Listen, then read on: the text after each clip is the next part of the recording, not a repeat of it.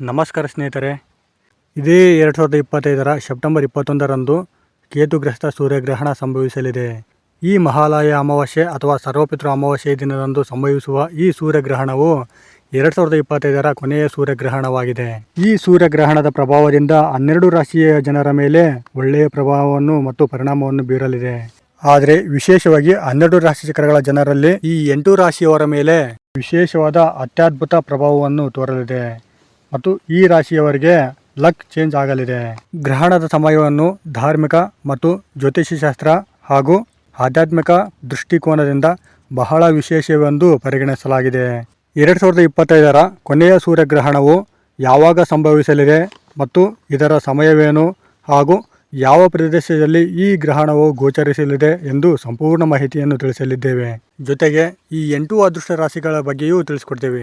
ಹಾಗಾಗಿ ಎಲ್ಲೂ ಈ ವಿಡಿಯೋವನ್ನು ಸ್ಕಿಪ್ ಮಾಡದೆ ಕೊನೆವರೆಗೂ ನೋಡಿ. ಮತ್ತು ನೀವಿನ್ನೂ ನಮ್ಮ ಚಾನಲನ್ನು ಸಬ್ಸ್ಕ್ರೈಬ್ ಮಾಡದೆ ನೋಡ್ತಿದ್ರೆ ದಯವಿಟ್ಟು ಈ ವಿಡಿಯೋಗೆ ಒಂದು ಲೈಕ್ ಕೊಟ್ಟು ನಮ್ಮ ಚಾನಲನ್ನು ಸಬ್ಸ್ಕ್ರೈಬ್ ಮಾಡಿಕೊಂಡು ಪಕ್ಕದಲ್ಲಿರುವ ಬೆಲ್ ಬಟನನ್ನು ಒತ್ತಿ. ಯಾಕೆಂದರೆ ನಾವು ಆಗುವ ಎಲ್ಲ ಜ್ಯೋತಿಷ್ಯ ಶಾಸ್ತ್ರದ ಪ್ರಕಾರದ ಮಾಹಿತಿಯನ್ನು ನೀವು ಮೊದಲು ನೋಡಬಹುದು. ಹಾಗೂ ಇಲ್ಲಿ ನಮ್ಮ ದಿನ ಒಳ್ಳೆಯದಾಗಲಿ ಅಥವಾ ಕೆಟ್ಟದ್ದಾಗಲಿ ಆತ್ಮಗಳ ಜೊತೆ ಲೀನವಾಗಿರುವ ಭಗವಂತನಾದ ಶಿವನನ್ನು ನೆನೆಯಿದಿರಿ. ಹಾಗಾಗಿ ಮಹಾಶಿವನ ಆಶೀರ್ವಾದ ನಿಮ್ಮ ಮತ್ತು ನಿಮ್ಮ ಕುಟುಂಬದವರ ಮೇಲೆ ಸದಾ ಇರಬೇಕಂತ ಬಯಸಿದವರು ಓಂ ನಮಃ ಶಿವಾಯ ಅಂತ ಕಮೆಂಟ್ ಮಾಡದೆ ಮರಿಬೇಡಿ.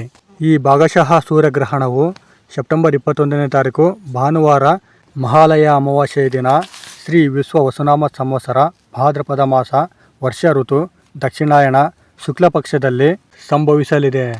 ಈ ಗ್ರಹಣವು ಕೆಲವು ರಾಶಿಯವರಿಗೆ ಕತ್ತಲೆಯನ್ನು ನಿರ್ಮಿಸಿದರೆ ಇನ್ನು ಕೆಲವು ರಾಶಿಗಳಿಗೆ ಕಷ್ಟಗಳನ್ನು ದೂರ ಮಾಡುತ್ತದೆ. ಈ ವರ್ಷದ ಕೊನೆಯ ಸೂರ್ಯಗ್ರಹಣದಿಂದಾಗಿ ಯಾವ ರಾಶಿಯ ಜೀವನದಲ್ಲಿ ಸಂತೋಷವನ್ನು ತರಲಿದೆ ಎಂದು ನೋಡೋಣ ಬನ್ನಿ. 12 ರಾಶಿ ಚಕ್ರಗಳಲ್ಲಿ ಈ 8 ಅದೃಷ್ಟ ರಾಶಿಯ ಮೊದಲನೇ ರಾಶಿ ಮೇಷರಾಶಿ. ಈ ರಾಶಿಯವರಿಗೆ ಮಹಾಲಯ ಅಮಾವಾಸ್ಯೆಯ ಪ್ರಭಾವದಿಂದ ಮತ್ತು ಸೂರ್ಯಗ್ರಹಣದ ಪ್ರಭಾವದಿಂದ ಕೋರ್ಟು ಕಚೇರಿಗಳಲ್ಲಿ ಕೆಲಸ ಕಾರ್ಯಗಳಲ್ಲಿ ಇನ್ನೂ ಅನೇಕ ರೀತಿಯ ಎಲ್ಲ ರೀತಿಯ ವಿಷಯಗಳಲ್ಲಿ ಯಶಸ್ಸನ್ನು ಸಿಗುವಂಥ ಭಾಗ್ಯ ಒಲಿದು ಬರಲಿದೆ. ಇಲ್ಲಿಯವರೆಗೂ ಇದ್ದ ಅಡೆತಡೆಗಳು ಇನ್ನು ಮುಂದೆ ಯಾವುದೇ ಕಾರಣಕ್ಕೂ ಬರುವುದಿಲ್ಲ. ಬರೀ ಯಶಸ್ಸನ್ನು ಕಾಣುವಿರಿ. ನೀವು ಏನೇ ಕೆಲಸ ಕಾರ್ಯಗಳನ್ನು ಪ್ರಾರಂಭ ಮಾಡಿದರೂ ಸಹ ಯಶಸ್ಸನ್ನು ಕಾಣ್ತೀರಾ. ಜೊತೆಗೆ ಉತ್ತಮವಾದ ಧನಲಾಭವನ್ನು ಸಹ ನೀವು ಕಾಣ್ತೀರಾ. ಒಟ್ಟಿನಲ್ಲಿ ಈ ಅಮಾವಾಸ್ಯೆಯ ಮತ್ತು ಸೂರ್ಯಗ್ರಹಣದ ಪ್ರಭಾವದಿಂದ ಮೇಷರಾಶಿಯವರಿಗೆ ಆರೋಗ್ಯದ ಭಾಗ್ಯ ಯಶಸ್ಸು ಖಂಡಿತ ಸಿಗಲಿದೆ. ಜೊತೆಗೆ ಕುಟುಂಬದಲ್ಲಿ ಯಾವುದೇ ಕಲಹ ಇಲ್ಲದೆ ಯಾವುದೇ ಸಮಸ್ಯೆ ಇಲ್ಲದೆ ಸಂತೋಷ ಆನಂದದಿಂದ ಜೀವನವನ್ನು ನಡೆಸುವಿರಿ. ಅಷ್ಟೊಂದು ಅದೃಷ್ಟ ಈ ಸೂರ್ಯಗ್ರಹಣವು ನಿಮಗೆ ತಂದುಕೊಡಲಿದೆ. ಹಾಗೂ ಎರಡನೇದಾಗಿ ವೃಷಭ ರಾಶಿ. ವೃಷಭ ರಾಶಿಯವರಿಗೆ ಈ ಸೂರ್ಯಗ್ರಹಣವು ತುಂಬ ಅನುಕೂಲಕರವಾದ ವಾತಾವರಣವನ್ನು ಸೃಷ್ಟಿಸಲಿದೆ. ಹಣದ ಸಂಪಾದನೆಯಲ್ಲಿ ಉತ್ತಮವಾದ ವಾತಾವರಣ ಸಿಗಲಿದೆ. ವೈವಾಹಿಕ ಜೀವನದಲ್ಲಿ ಉತ್ತಮವಾದ ಸಮಯ ಸಿಗಲಿದೆ. ಸಮಾಜದಲ್ಲಿ ಗೌರವ ಪ್ರೀತಿ ಪ್ರತಿಷ್ಠೆ ಹೆಚ್ಚಾಗಲಿದೆ. ಈ ಅದೃಷ್ಟದ ಭಾಗ್ಯದಿಂದ ನಿಮ್ಮ ಕನಸುಗಳನ್ನು ಈಡೇರಿಸುವಲ್ಲಿ ಸಹಾಯ ಮಾಡುತ್ತದೆ. ಈ ಗ್ರಹಣವು ನಿಮ್ಮ ಭವಿಷ್ಯದ ಆದಾಯದಲ್ಲಿ ಹೆಚ್ಚಳವನ್ನು ಕಾಣಬಹುದು ಮತ್ತು ಕುಟುಂಬದಲ್ಲಿ ನಿಮಗೆ ಉತ್ತಮವಾದ ಸ್ಥಾನವನ್ನು ಸಿಗಲಿದೆ. ನೀವೇನಾದರೂ ಈ ಸಮಯದಲ್ಲಿ ಕೆಲಸ ಕಾರ್ಯಗಳನ್ನು ಪ್ರಾರಂಭ ಮಾಡಬೇಕಂತ ಅಂದ್ಕೊಂಡ್ರೆ ಒಂದು ವೇಳೆ ಪ್ರಾರಂಭಿಸಿದ್ದೇ ಆದರೆ ನಿಮ್ಮ ನಿರೀಕ್ಷೆಗಿಂತ ಹೆಚ್ಚಿನ ಪ್ರಮಾಣದಲ್ಲಿ ಧನ ಲಾಭವಾಗುವುದು. ಕೈಗೆತ್ತಿಕೊಂಡ ಕೆಲಸ ಕಾರ್ಯಗಳಲ್ಲಿ ಯಾವುದೇ ಅಡೆತಡೆ ಇಲ್ಲದೆ ಸಮಯಕ್ಕೆ ಸರಿಯಾಗಿ ಪೂರ್ಣಗೊಳಿಸಲು ಸಾಧ್ಯವಾಗುತ್ತದೆ. ಆದರೆ ವೃಷಭ ರಾಶಿಯವರು ಸ್ವಲ್ಪ ಆರೋಗ್ಯದ ಕಡೆ ಗಮನ ಹರಿಸುವುದು ಉತ್ತಮ. ಮತ್ತು ವೃಷಭ ರಾಶಿಯವರಿಗೆ ಅತ್ಯುತ್ತಮ ಲಾಭ ಸಿಗಬಹುದು. ಹಲವಾರು ವರ್ಷಗಳಿಂದ ಅಪೂರ್ಣಗೊಂಡ ಕೆಲಸಗಳು ಈ ರಾಶಿಯವರಿಗೆ ಈ ಸಮಯದಲ್ಲಿ ಪೂರ್ಣಗೊಳ್ಳುವಂಥ ಉತ್ತಮವಾದ ಶುಭಯೋಗವೂ ಕೂಡ ಬಂದಿದೆ.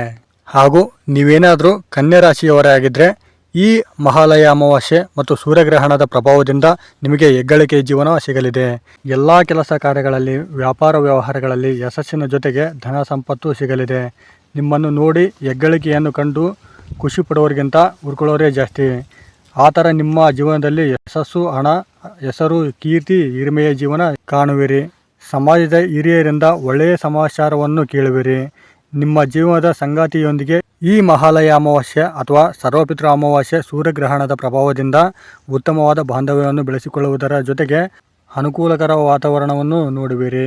ಹಾಗೂ ವ್ಯಾಸಂಗ ಮಾಡುತ್ತಿರುವ ಕನ್ಯಾ ರಾಶಿಯ ವಿದ್ಯಾರ್ಥಿಗಳಿಗೆ ಪರಿಶ್ರಮಕ್ಕೆ ತಕ್ಕ ಫಲಿತಾಂಶ ಸಿಗಲಿದೆ ಮತ್ತು ಕನ್ಯಾ ರಾಶಿಯ ನಿರುದ್ಯೋಗಿಗಳಿಗೆ ಉತ್ತಮವಾದ ಸಮಯ ಸಿಗಲಿದೆ.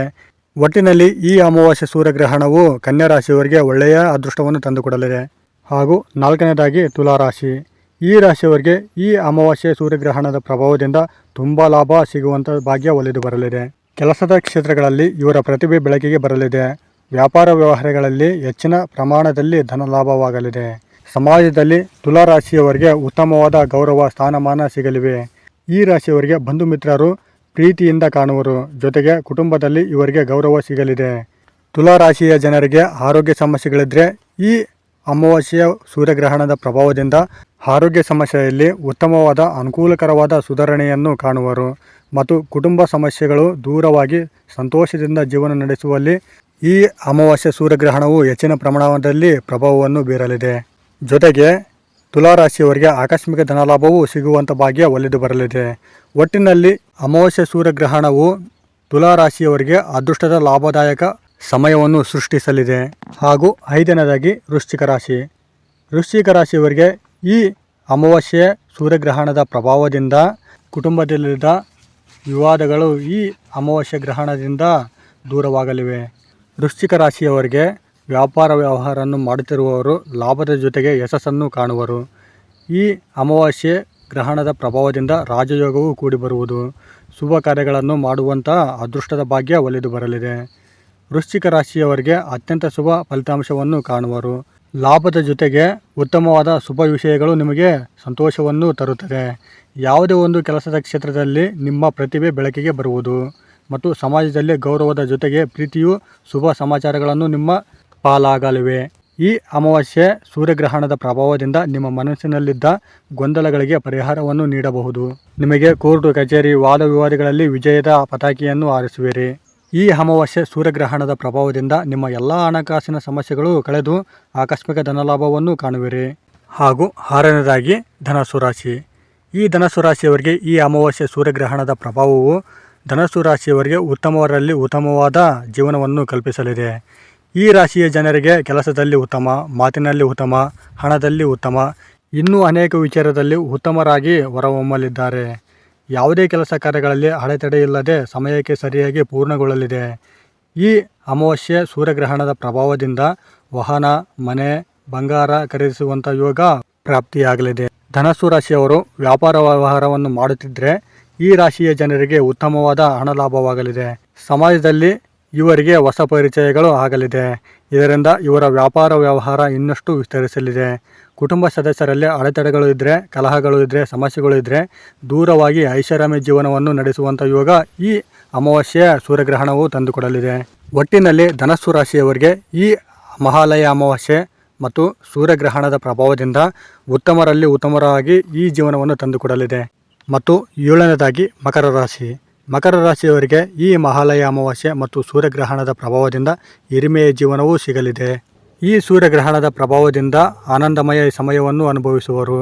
ರಾಜವೈಭೋಗದಿಂದ ಜೀವನ ನಡೆಸುವಲ್ಲಿ ಯಾವುದೇ ಅನುಮಾನ ಬೇಡ. ಈ ಸೂರ್ಯಗ್ರಹಣದಿಂದ ಪ್ರಗತಿಯನ್ನು ಕಾಣುವಿರಿ. ನಿರುದ್ಯೋಗಿಗಳಿಗೆ ಉದ್ಯೋಗಾವಕಾಶಗಳು ಹೆಚ್ಚಾಗಿರುತ್ತವೆ. ನಿರ್ಣಾಯಕ ಸಮಯದಲ್ಲಿ ಸ್ನೇಹಿತರಿಂದ ಸಹಾಯ ದೊರೆಯುತ್ತದೆ. ಜೊತೆಗೆ ಮನೆಯಲ್ಲಿ ದೈವಿಕ ಕಾರ್ಯಗಳನ್ನು ನಿರ್ವಹಿಸುತ್ತೀರಿ. ದೂರ ಪ್ರಯಾಣದ ಪ್ರಯತ್ನಗಳನ್ನು ಒಳ್ಳೆಯ ಫಲಗಳನ್ನು ನೀಡುತ್ತವೆ. ಈ ಸೂರ್ಯಗ್ರಹಣದ ಸಮಯವು ನಿಮಗೆ ತುಂಬ ಅನುಕೂಲಕರ ವಾತಾವರಣವನ್ನು ನೀಡುತ್ತದೆ. ಆಕಸ್ಮಿಕ ಧನಲಾಭದ ಸೂಚನೆಗಳಿವೆ. ವ್ಯಾಪಾರ ವ್ಯವಹಾರದಲ್ಲಿ ಉತ್ತಮ ಲಾಭವನ್ನು ಕಾಣುವಿರಿ. ದಾಂಪತ್ಯ ಜೀವನದಲ್ಲಿ ಪರಸ್ಪರ ಹೊಂದಾಣಿಕೆಯಿಂದ ಮಕರ ರಾಶಿಯವರ ಜೀವನದಲ್ಲಿ ನಡೆಯುತ್ತದೆ. ಒಟ್ಟಿನಲ್ಲಿ ಮಕರ ರಾಶಿಯವರಿಗೆ ಇದು ಯಶಸ್ಸಿನ ಮತ್ತು ಹಿರಿಮೆಯ ಜೀವನವನ್ನು ತಂದುಕೊಡುವಲ್ಲಿ ಸೂರ್ಯಗ್ರಹಣ ತುಂಬ ಪ್ರಭಾವವನ್ನು ಬೀರಲಿದೆ. ಹಾಗೂ 8ನೇದಾಗಿ ಮೀನರಾಶಿ. ಮೀನರಾಶಿಯವರಿಗೆ ಈ ಮಹಾಲಯ ಅಮಾವಾಸ್ಯೆ ಮತ್ತು ಸೂರ್ಯಗ್ರಹಣದ ಪ್ರಭಾವದಿಂದ ತುಂಬ ಮಂಗಳಕರವಾಗಲಿದೆ ಮತ್ತು ಶುಭ ಕಾರ್ಯಗಳನ್ನು ನಡೆಸುವಂಥ ಯೋಗ ಕೂಡಿ ಬರಲಿದೆ. ಜೊತೆಗೆ ನಿಮ್ಮ ಹಣಕಾಸಿನಲ್ಲಿ ಹೆಚ್ಚಳಾಗುವಂಥ ಸಮಯ ಕೂಡ ಬಂದಿದೆ. ಮೀನರಾಶಿಯವರಿಗೆ ಎಲ್ಲ ಕ್ಷೇತ್ರದಲ್ಲೂ ನಿಮ್ಮ ಶ್ರೇಷ್ಠತೆ ಹೆಚ್ಚಾಗುತ್ತದೆ. ಈ ಅಮಾವಾಸ್ಯೆ ಸೂರ್ಯಗ್ರಹಣದ ಪ್ರಭಾವದಿಂದ ಉತ್ತಮ ಧನಲಾಭವಾಗಲಿದೆ.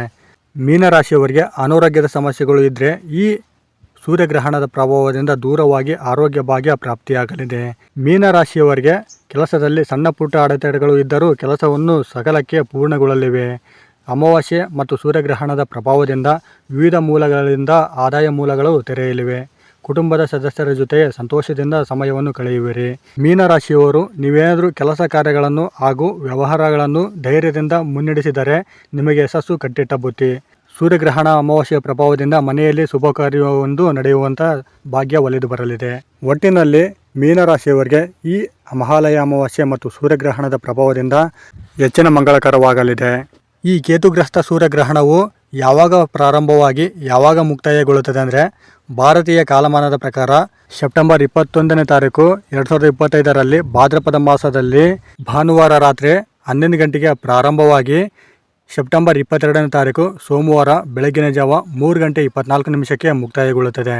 ಈ ಸೂರ್ಯಗ್ರಹಣವು ಯಾವ ಪ್ರದೇಶದಲ್ಲಿ ಗೋಚರಿಸುತ್ತದೆ ಅಂದರೆ ಆಸ್ಟ್ರೇಲಿಯಾ, ನ್ಯೂಜಿಲ್ಯಾಂಡ್, ದಕ್ಷಿಣ ಪೆಸಿಫಿಕ್ ಸಾಗರ, ಆಫ್ರಿಕಾದ ಕೆಲವು ಭಾಗಗಳು ಮತ್ತು ಹಿಂದೂ ಮಹಾಸಾಗರದಲ್ಲಿ ಈ ಕೇತುಗ್ರಸ್ತ ಸೂರ್ಯಗ್ರಹಣವು ಗೋಚರಿಸಲಿದೆ. ಒಟ್ಟಾರೆಯಾಗಿ ಈ ಸೂರ್ಯಗ್ರಹಣವು 4 ಗಂಟೆ 24 ನಿಮಿಷಗಳ ಕಾಲ ಇರುತ್ತೆ. ಭಾರತದಲ್ಲಿ ರಾತ್ರಿ ಸಮಯದಲ್ಲಿ ಸೂರ್ಯಗ್ರಹಣ ಹಿಡಿಯುವುದರಿಂದ ಇಲ್ಲಿ ಸೂರ್ಯ ರಾತ್ರಿ ಸಮಯದಲ್ಲಿ ಅಸ್ತನಾಗಿರುವುದರಿಂದ ಭಾರತಕ್ಕೆ ಯಾವುದೇ ರೀತಿ ಸೂತಕ ಇರುವುದಿಲ್ಲ. ಆದರೆ ಎಲ್ಲಾದರೂ ಸೂರ್ಯಗ್ರಹಣ ಸಂಭವಿಸಿದರೆ ಅಥವಾ ಯಾವುದೇ ಚಂದ್ರಗ್ರಹಣ ಸಂಭವಿಸಿದರೆ ಭಾರತದಲ್ಲಿ ಗೋಚರ ಇಲ್ಲದೇ ಇದ್ದರೂ ಕೂಡ ಅದರ ಪ್ರಭಾವ ಭೂಮಂಡಲದ ಮೇಲೆ ಇದ್ದೇ ಇರುತ್ತೆ. ಈ ಗ್ರಹಣದ ಪ್ರಭಾವವು ನಮ್ಮೆಲ್ಲರ ಜೀವನದ ಮೇಲೆ ಆಗುತ್ತದೆ. ನೋಡಿದ್ರಲ್ಲ ಸ್ನೇಹಿತರೆ, ಈ ಮಾಹಿತಿ ನಿಮಗೆ ಇಷ್ಟ ಆಗಿದೆ ಅಂತ ಅಂದ್ಕೊಂಡಿದ್ದೀವಿ. ಇಷ್ಟ ಆಗಿದ್ದರೆ ದಯವಿಟ್ಟು ಈ ವಿಡಿಯೋಗೆ ಒಂದು ಲೈಕ್ ಕೊಡಿ. ಸಾಧ್ಯವಾದರೆ ಈ ವಿಡಿಯೋವನ್ನು ನಿಮ್ಮ ಫ್ರೆಂಡ್ಸ್, ಫ್ಯಾಮಿಲಿ ಹಾಗೂ ಗ್ರೂಪ್ಗಳಿಗೆ ಶೇರ್ ಮಾಡಿ. ನೀವು ಶೇರ್ ಮಾಡುವುದರಿಂದ ನಿಮ್ಮಿಂದ ಅವರಿಗೆ ಉಪಯೋಗ ಆಗಬಹುದು. ಜ್ಯೋತಿಷ್ಯ ಶಾಸ್ತ್ರದ ಪ್ರಕಾರದ ಮಾಹಿತಿಗಾಗಿ ನಮ್ಮ ಚಾನಲನ್ನು ಸಬ್ಸ್ಕ್ರೈಬ್ ಮಾಡಿಕೊಂಡು ಸಪೋರ್ಟ್ ಮಾಡಿ. ಧನ್ಯವಾದ.